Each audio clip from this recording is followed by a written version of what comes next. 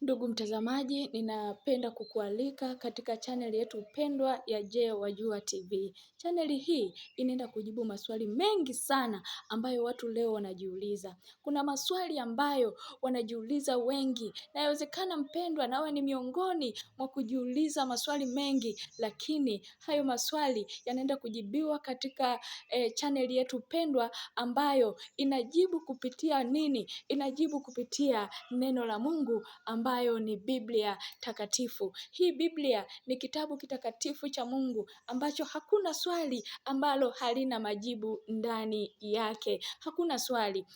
Wengi wanaweza kujiuliza kwamba hii Biblia iliandikwa na nani? Hii Biblia imetoka wapi? Na ni maswali mengi ambao watu wanajiuliza leo. Na wengine wakisema iliandikwa na wanadamu tu, wakipuuzia. Mpendwa mtazamaji, leo tunaenda kuangalia ya kwamba Biblia iliandikwa na nani. Tuombe.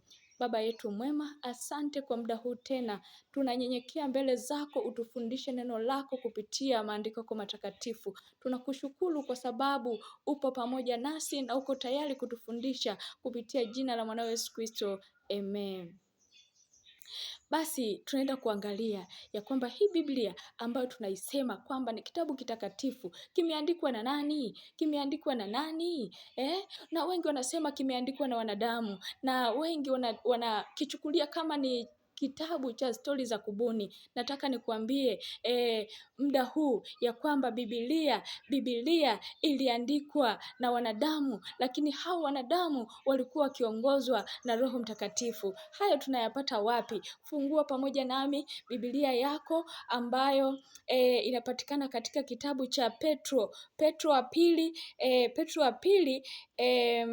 wa pili moja na ule mstari wa 21, nalo inasema, maana unabii haukutolewa popote kwa mapenzi ya mwanadamu, bali wanadamu walinena yaliyotoka kwa Mungu wakiongozwa na Roho Mtakatifu. Kwa hiyo tunaona jinsi ambavyo unabii uliandikwa. Kitabu hiki kimetabiri mambo mengi ambayo mengine yametokea, lakini mengine bado hayajatokea. Lakini hawa waliokuwa wakiandika waliongozwa na nani? Anasema kwamba waliongozwa na Roho Mtakatifu. Walinena yatokayo kwa Mungu, lakini waliongozwa na Roho Mtakatifu. Mpendwa mtazamaji, Biblia sio kitabu cha kubuni. Biblia ni kitabu kitokacho kwa Mungu, kitabu ambacho kimeandikwa kwa uwezo wa Roho Mtakatifu. Jenga tumaini kwacho, kwa sababu kuna sauti ya Mungu ndani yake ambayo imesitirika, ambayo itaongea na wewe, ambayo itaongea na mimi, ambayo kila mmoja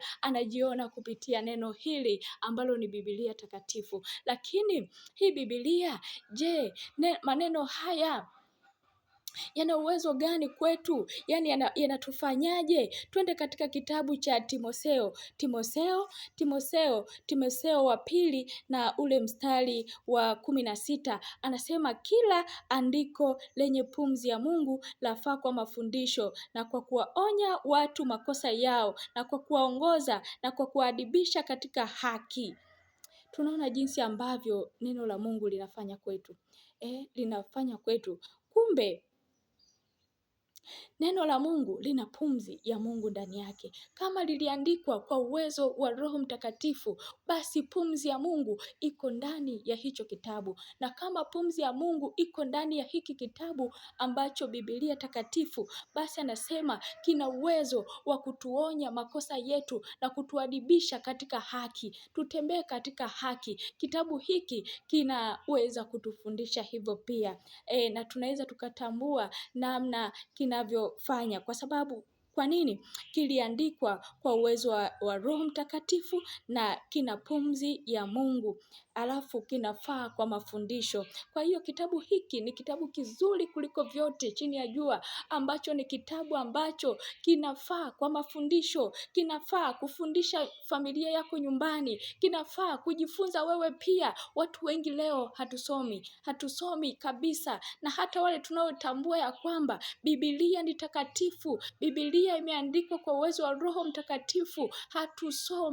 Hatusomi. Kwa kweli Mungu atusaidie tuweze kuitafakari hii Biblia na kujua namna ambavyo tunatakiwa kuenenda, kwa sababu tunaposoma hii Biblia tunajiona, kila mmoja anajiona mapungufu na madhaifu. Tunapata kuanguka miguuni pa Yesu na kuomba toba endapo tutatazama dhambi zetu kupitia maandiko matakatifu. Lakini pia anasema Biblia hii ni neno ambalo liko hai. Biblia ni neno ambalo liko hai, na ndio maana linanena. Tunapata wapi hilo? Tusome katika kitabu cha Waebrania 4 na ule mstari wa 12. Anasema maana neno la Mungu li hai, tena lina nguvu, tena lina ukali kuliko upanga uwao wote ukatao kuwili, tena la choma,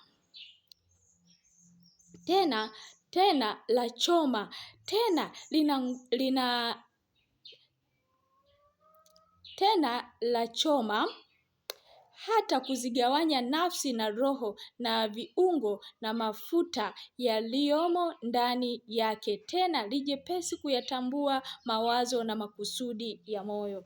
Ni mpendwa mtazamaji, ni namna gani ambavyo tunaona neno la Mungu lilivyo na nguvu. Tunaona neno la Mungu ambavyo liko hai. Anasema neno la Mungu ni hai, li hai tena lina nguvu. Yaani li hai tena lina nguvu. Alafu ni kali kuliko upanga ukatao kuwili. Yaani neno la Mungu linachoma kuliko upanga ukatao kuwili. Kwa hiyo mpendwa mtazamaji, nataka nikwambie muda huu ya kwamba neno la Mungu ni neno li hai, ni neno linalonena ndani yetu. Tunaweza kujitambua na kujiona kwa kusoma neno la Mungu. Tunaweza kutambua udanganyifu wote wa shetani kwa kusoma neno la Mungu. Tunaweza kutambua mambo yote ambayo yanaendelea chini ya jua ambayo hayako sawa. Alafu tunaweza kutambua ya kwamba Yesu ambaye ndiye chanzo cha hii Biblia,